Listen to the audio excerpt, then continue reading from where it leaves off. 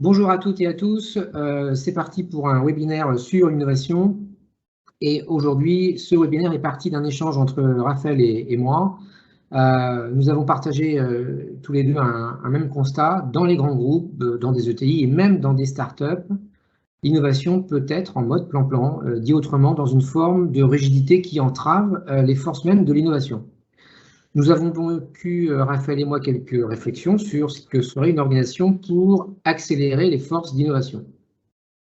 Quelques mots avant d'entrer dans le sujet pour nous présenter. Raphaël, c'est à toi.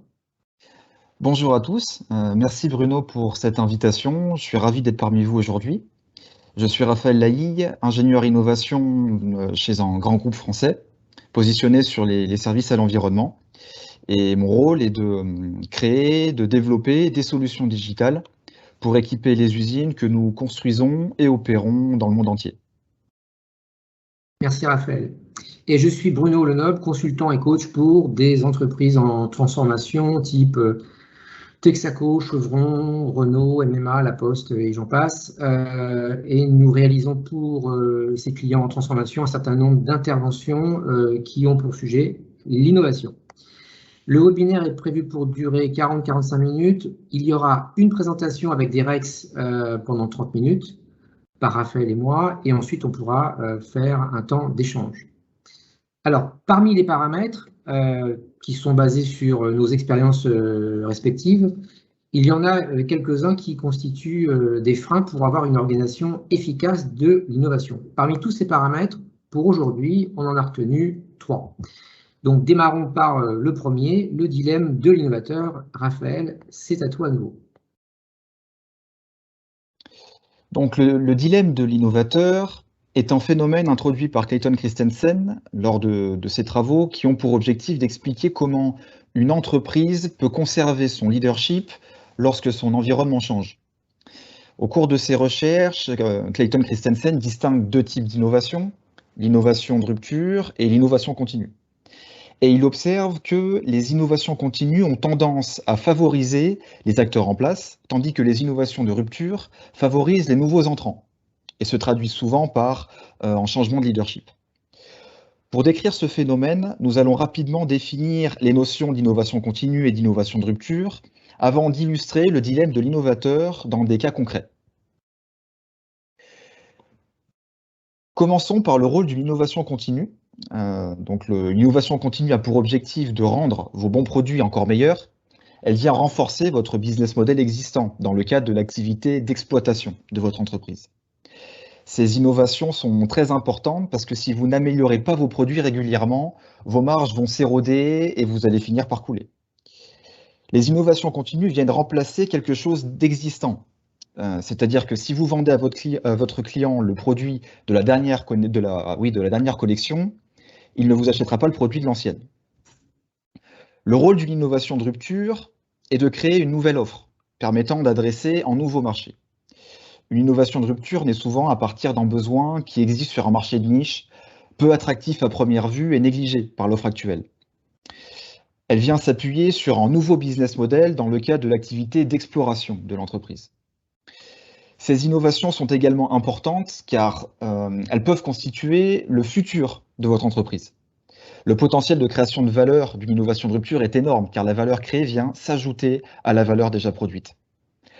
Pour prospérer, votre entreprise a besoin de développer une forme d'ambidextrie, c'est-à-dire d'être à la fois capable d'écouter vos clients actuels pour continuer à satisfaire leurs demandes avec des innovations continues, mais aussi de surveiller les marchés de niche incertains afin d'identifier vos futurs relais de croissance.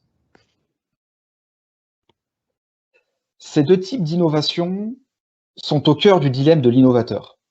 La production d'innovation continue fait sens pour des objectifs à court terme, mais peut, à la longue, condamner votre entreprise à la faillite si vous ne trouvez pas de nouveaux relais de croissance.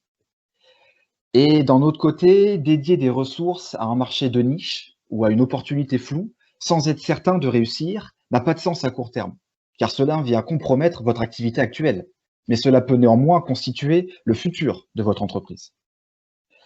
La morale du dilemme de l'innovateur est assez contre-intuitive. Le business model qui permet à une entreprise de se hisser au sommet de son marché est aussi la principale cause de son échec face à la rupture. et ce, quelles que soient ses capacités d'investissement ou son expertise technique. Bruno, c'est un phénomène que tu as eu l'occasion de rencontrer plusieurs fois dans le cadre de ton activité. Oui, et le plus simple, c'est de prendre un exemple, mais effectivement, on rencontre, quelle que soit l'échelle, en fait, du périmètre d'un dispositif d'innovation, très souvent ce dilemme que tu présentes de façon intéressante parce qu'il est en partie contre-intuitif. Je vais prendre l'exemple des lettres recommandées qu'on connaît tous depuis bien longtemps. Et en fait, à la Poste, la digitalisation était bien possible en interne, mais la Poste se voyait mal se priver d'un service clé, y compris en termes de rayonnement et en termes de marge. Et donc, comme elle a hésité, d'autres, eux, n'ont pas hésité. Et on connaît la suite. Des parts de marché ont été prises. Alors, même si après, il y a eu des épisodes de rachat, etc., il n'empêche qu'il y a eu cette hésitation qui a donné l'opportunité à d'autres acteurs d'aller sur ce marché. Dit autrement, si on prend un peu de recul, c'est cet angle qui change la donne. C'est-à-dire que le point d'organisation est comment une entreprise peut se focaliser sur comment mobiliser des ressources et des compétences sur les deux activités, classiques et futures. C'est donc le couple ici ressources et marché qui est clé et non pas, comme on le fait trop souvent, la focalisation sur les produits, à la fois celui d'aujourd'hui et de demain, parce que du coup, c'est cette focalisation qui alimente le dilemme de l'innovateur que tu as décrit. Donc ça, c'est un premier point qui donne un éclairage sur comment organiser l'innovation pour qu'elle empêche ici de se prendre un peu, si je puis dire, les pieds dans le tapis.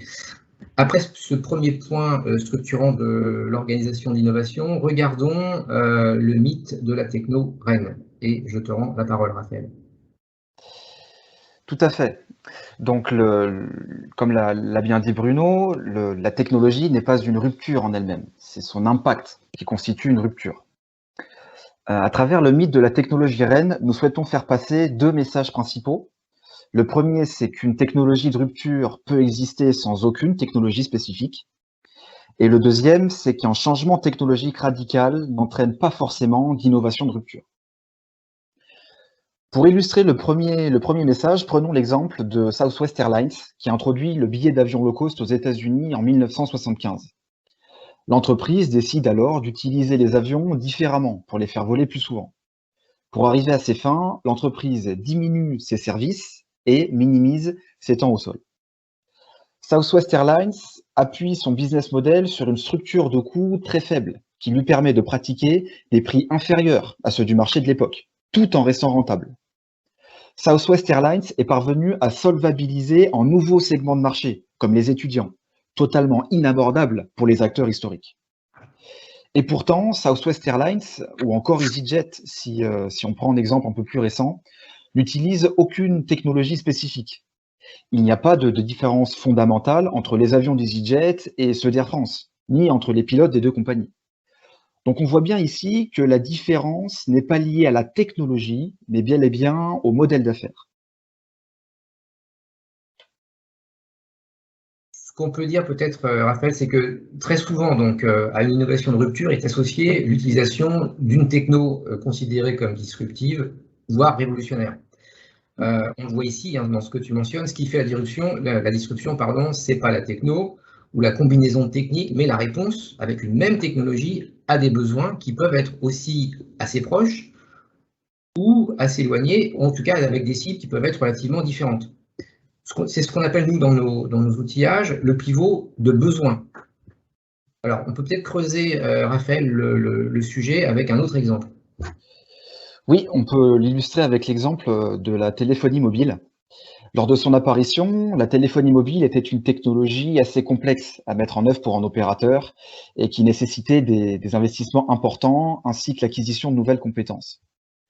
Et pourtant, des opérateurs fixes comme Orange sont devenus des opérateurs mobiles assez facilement. Et l'inverse s'est également produit puisque des opérateurs mobiles comme Bouygues Telecom sont également devenus des opérateurs fixes. Ceci s'explique car il y a une continuité d'une activité à l'autre. C'est-à-dire que ce qui rend un acteur performant dans l'activité actuelle lui permet également d'être performant dans la nouvelle activité. La téléphonie fixe et la téléphonie mobile nécessitent des modèles d'affaires similaires, même s'ils exploitent des technologies très différentes. Ces deux activités nécessitent un savoir-faire pour pouvoir gérer une grosse infrastructure associée à des coûts fixes importants. Il faut être capable de pouvoir facturer un grand nombre d'abonnés, majoritairement B2C. À travers ces deux exemples, on voit bien qu'il faut cesser de parler de technologie de rupture. La rupture se définit en termes de modèle d'affaires. Il y a donc rupture quand il y a nécessité d'avoir deux modèles d'affaires différents.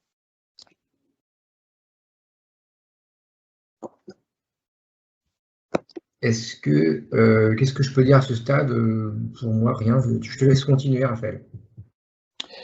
Donc, je vous propose de matérialiser le dilemme de l'innovateur à travers l'exemple de Kodak. Je ne pense pas qu'il y ait besoin de présenter Kodak. Les chiffres que vous voyez à gauche parlent d'eux-mêmes.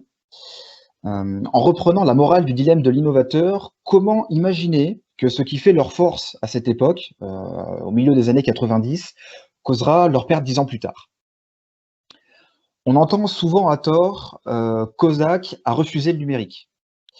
Ce n'est pas le cas, car c'est même Kodak qui invente le premier appareil photo numérique en 1975. Ils inventent également le premier capteur numérique mégapixel en 86. Et Kodak a aussi investi plus de 9 milliards de dollars dans leur transformation digitale. C'est beaucoup pour une entreprise qui refuse le numérique. Certaines disent que le management n'a pas cru au numérique et préférait travailler sur l'argentique. C'est faux une nouvelle fois. Quand Sony lance le Mavica, un appareil photo numérique en 79, la direction de Kodak est vexée et demande immédiatement un rapport pour évaluer l'impact du numérique sur la photographie. Les conclusions de ce rapport sont très claires. L'avenir du marché de la photo sera numérique d'ici 15 ans. Donc, malgré sa conscience du danger et sa bonne volonté, Kodak est mort d'avoir été empêché d'agir pour développer le numérique, en raison même du succès de son activité dominante, c'est-à-dire le film argentique. C'est ce que nous appelons le conflit de business model. C'est-à-dire que le business model nécessaire à la réussite dans le domaine de l'argentique est radicalement différent de celui nécessaire à la réussite dans le numérique. Regardons rapidement les différentes parties qui posent problème. Donc la partie front stage, à droite du business model. Les premiers appareils numériques sont des objets très chers, hors de portée du grand public. Il n'est pas possible de les vendre dans des bureaux de tabac qui, eux, préfèrent les produits qui se vendent tout seuls. Ils ne veulent pas s'embêter avec un produit spécifique dont aucun de leurs clients ne voudront. L'appareil photo numérique nécessite donc un réseau de distribution spécialisé, habitué à vendre ce type de produit spécifique. Ensuite, sur la partie backstage, à gauche du business model, de nouvelles expertises sont nécessaires à Kodak pour développer des appareils photo numériques. Par exemple, des compétences en électronique, en logiciel ou en optique. Les compétences permettant à Kodak de réussir dans le domaine de l'argentique ne sont plus nécessaires pour réussir dans le monde du numérique. Ensuite, dernière partie du business model sur la formule de profit, la partie basse. Pour valoriser le numérique sur le marché de la photo, Kodak a besoin de dégager des marges directement sur la vente du produit, qui ne nécessite ni consommables, ni services associés. Nous voyons bien ici que ce qui fait gagner Kodak sur le marché de l'argentique lui est complètement inutile sur le marché de la photo numérique. Je vais maintenant laisser la main à Bruno pour qu'il puisse illustrer ce dilemme de l'innovateur à travers un autre cas concret. Alors, on voit donc ici que le risque qui était mortel pour Kodak est généré par une incapacité à avoir une forme d'agilité aussi bien managériale que mentale. Et là, je pourrais faire une parenthèse côté coaching, mais ce n'est pas le sujet aujourd'hui. Donc, cette rigidité, ce manque d'agilité pour travailler sur deux technos et y affecter les ressources pour assurer l'activité mainstream et l'activité du futur.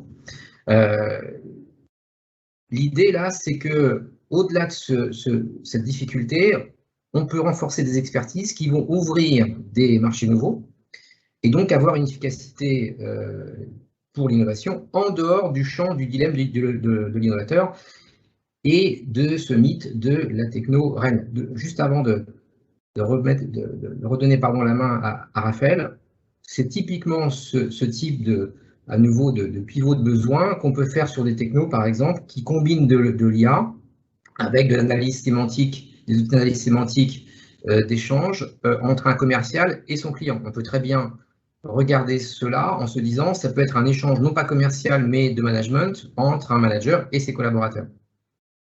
Raphaël, je te rends la main. Alors, un nouvel exemple pour illustrer ce que vient de dire Bruno, c'est l'exemple de Fuji que j'aime particulièrement. L'échec de Kodak n'était pas inéluctable. La conscience de la culture de l'entreprise est cruciale en situation de rupture. Et l'exemple de Fuji montre comment cette identité permet d'ouvrir naturellement de nouvelles opportunités. Fuji réalise rapidement que le marché de la photographie n'aura bientôt plus besoin de films argentiques. Et dans le cadre du plan Visio 75, Fuji crée un laboratoire dédié à la recherche de nouvelles applications marché de ces technologies. Fuji découvre ainsi que le collagène, principal composant des films argentiques, est également un élément clé dans la fabrication de cosmétiques et de produits pharmaceutiques. C'est ainsi que Fuji crée la crème de soins Astalift, et qui devient ensuite l'emblème d'une ligne de produits valorisée avec une nouvelle image de marque. J'apprécie cet exemple car il montre qu'il existe une multitude de réponses face à une rupture, une multitude de schémas permettant de réorienter son business model et de créer de nouvelles sources de revenus. La réussite de ce nouveau business model, bâti autour d'une expertise historique de Fuji, la chimie, lui permet de s'échapper du déclin inévitable de l'argentique. Ce succès est une véritable rampe de lancement pour l'exploration de nouveaux marchés, qui transforme Fuji en un véritable conglomérat technologique. En complément de l'analyse de Kodak, la réponse de son concurrent Fuji, confronté aussi à la rupture provoquée par le numérique, est riche d'enseignements pour tous les grands groupes faisant face à une rupture dans leur environnement. Bruno, je te laisse présenter d'autres exemples de pivots rencontrés avec Valtao. Yes. Plusieurs exemples, enfin non, je vais en prendre que deux en fait, même si c'est déjà plusieurs. Je prolonge l'exemple de tout à l'heure sur l'intelligence artificielle pour l'analyse sémantique d'échange. En fait, l'enjeu pour le commercial qui a un échange téléphonique avec ses clients, c'est évidemment d'augmenter la qualité de la relation. Force a été de constater dans cette expérience qu'en fait, cette capacité à ce qu'on appelle, nous, une transposition besoin techno, ça a posé quelques difficultés chez les clients qui avaient, pour tout un tas de raisons, une difficulté à se dire qu'est-ce que je peux faire d'autre avec ce couplage techno-besoin. Et c'est par des investigations, par toute une série finalement de cheminements, qu'on a découvert, qu'a été découvert cette transposition de besoins et de techno sur, comme je vous le disais, les échanges entre les managers et les collaborateurs. Là, le but, évidemment, vous l'avez deviné, il est le même, c'est d'augmenter la qualité de la relation par rapport à un enjeu qui est, par exemple, l'entretien annuel d'évaluation ou tout autre point de management pour lequel on se dit qu'est-ce que je peux retirer comme bénéfice pour moi en tant que manager et moi en tant que manager, mes prochaines actions.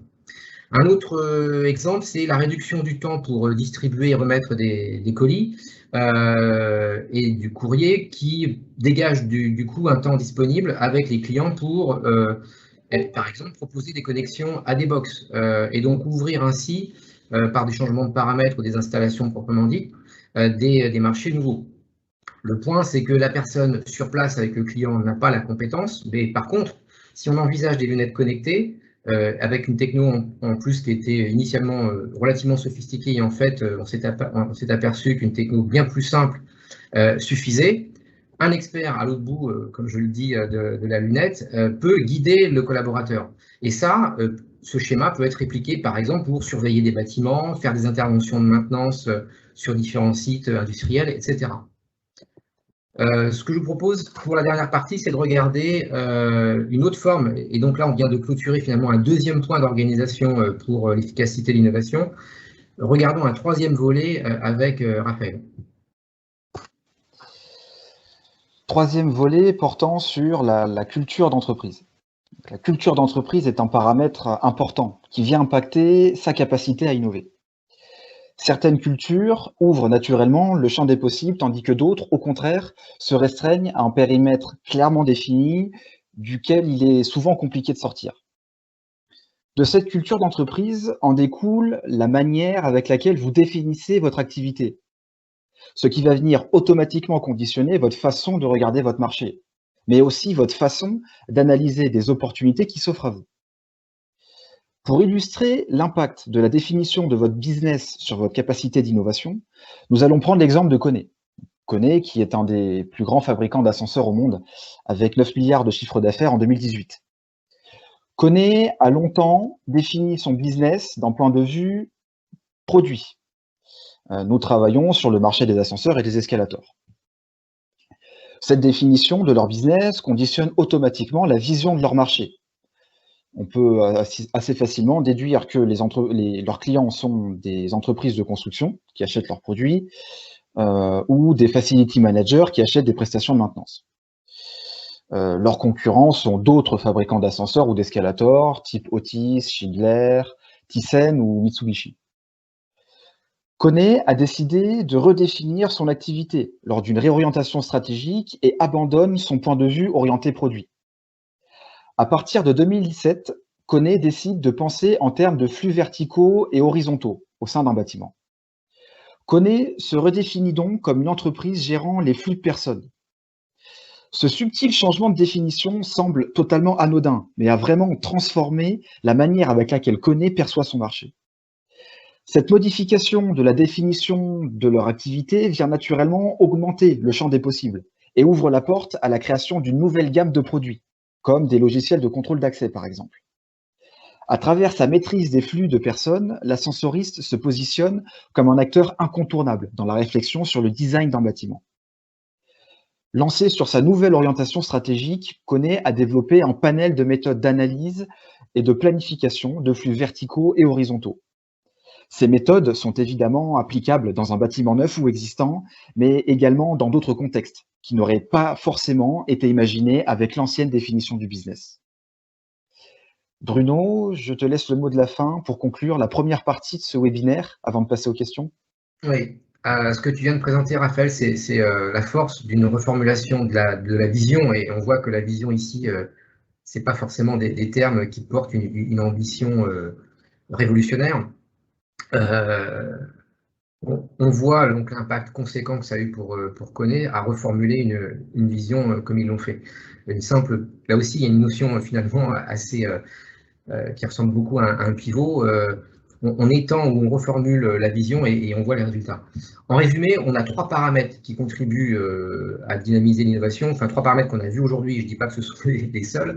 En tout cas, le premier, c'est le pivot des ressources avec des compétences qui amorcent une activité qui sera faite autrement que l'activité historique. Deuxième élément clé, le focus de la disruption sur le modèle d'affaires et non pas sur une techno-reine. Qui, soit dit en passant, génère aussi les effets waouh, là il y aurait beaucoup à dire. Et troisième point, comme on vient de le voir, la reformulation de la vision qui permet, comme l'a souligné Raphaël, d'ouvrir le champ des possibles, là aussi avec des technologies qui sont très proches, voire même idem à celles qui permettaient de faire l'activité classique jusqu'à maintenant. Voilà, on en a terminé avec l'exposé. Et du coup, on va pouvoir passer aux questions, aux échanges, aux interrogations, autour d'expériences et évidemment aussi les bienvenus. Voilà, c'est à vous. Bonjour. Alors, j'ai une question. Dans le cas où une entreprise constituerait un portefeuille de projets d'innovation, donc de POC, expérimentation, on appelle ça comme on veut, quelles sont les grandes manières de piloter un tel portefeuille, à savoir gérer les projets qui rentrent et les projets qui sortent? Pour aller jusqu'au POC? Ouais, voire l'industrialisation même. D'accord. Alors, merci. Aïka, le premier point, enfin, dans le désordre, mais en tout cas, le premier point, c'est de considérer le POC non pas comme une fin en soi, mais comme le début d'une industrialisation. Et ça va poser des critères d'exigence en amont qui vont faire tomber beaucoup de POC qui sont un peu faits en mode window dressing et équivalent, une maquette déconnectée d'une réalité quelconque. Du coup, ça amène un deuxième point qui est, ah bah oui, on va faire un POC. Et on voit tout ce qui a été décrit en matière de POC, on veut plus de POC, on passe directement à un pilote, etc. Nous, notre approche, sauf exception, c'est d'ancrer le travail vis-à-vis d'un POC, dès lors qu'on a, comme je le disais en amont, défini les caractéristiques attendues, parce que du coup, ça en fait une exigence et ça en fait un instrument de pilotage. On a eu comme ça un cas où l'IPOC était fait un petit peu en mode freestyle, et en fait, en posant un cadre d'exigence comme celui-ci, ça a contribué fortement à améliorer la production de POC et la bascule potentielle sur des industrialisations. On se rapproche quelque part d'une démarche qui ressemble à ce que fait une start-up, en fait, hein.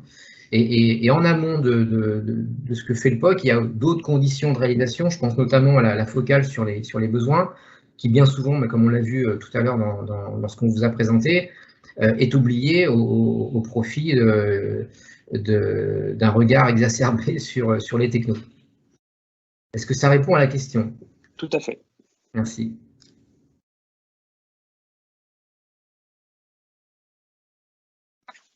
Alors du coup, ça m'amène à peut-être une autre question, mais dites-moi si je digresse trop.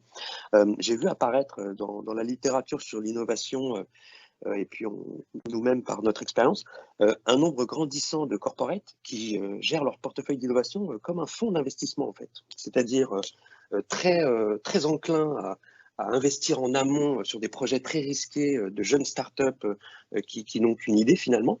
Donc d'un côté, donc très tolérant sur le lancement de projet, mais de l'autre côté aussi très tolérant pour leur arrêt pur et simple. Donc est-ce que ça, c'est une approche qui te paraît féconde ou utile? Là, on parle des corporate ventures, on est d'accord? Ouais, c'est ça. Okay. Ça vaudrait le coup de faire au moins un webinaire là-dessus. Ouais, ok. Le sujet est ouvert. Je vais donner un avis, mais qui est un avis personnel, même si on a l'occasion de confronter nos opinions, nos réflexions, nos analyses avec des acteurs comme des VC, etc. Je pense qu'il y a il y a deux facteurs clés qui sont, quand on regarde les GAFAM versus ce qui se passe en France en matière de CVC. Un, c'est la loi des probabilités, c'est-à-dire qu'il y a un grand nombre d'expérimentations, c'est-à-dire de start-up à mettre dans son radar et à regarder comment on y monte au capital. Je ne suis pas sûr que ce soit facile à faire pour une entreprise qui a d'autres activités, ou en tout cas qui n'est pas habitué à ce modèle mental, hein, pour reprendre l'expression de Philippe Lidberzan. Et puis l'autre élément, c'est la mise de fonds, c'est-à-dire que les GAFAM ont discuté il y a encore quelques temps avec des personnes qui interviennent chez Google. On est sur des mises de fonds où, d'ailleurs, si on regarde le fonds de Xavier Niel, les mises de fonds se mesurent très vite en dizaines de millions d'euros. Or, les corporate ventures ont plutôt tendance, justement, à être sur la fourchette basse des montants. Mais bon, ça serait à remettre en perspective et dans une réflexion plus aboutie, je pense. Donc, avec un webinaire, pourquoi pas.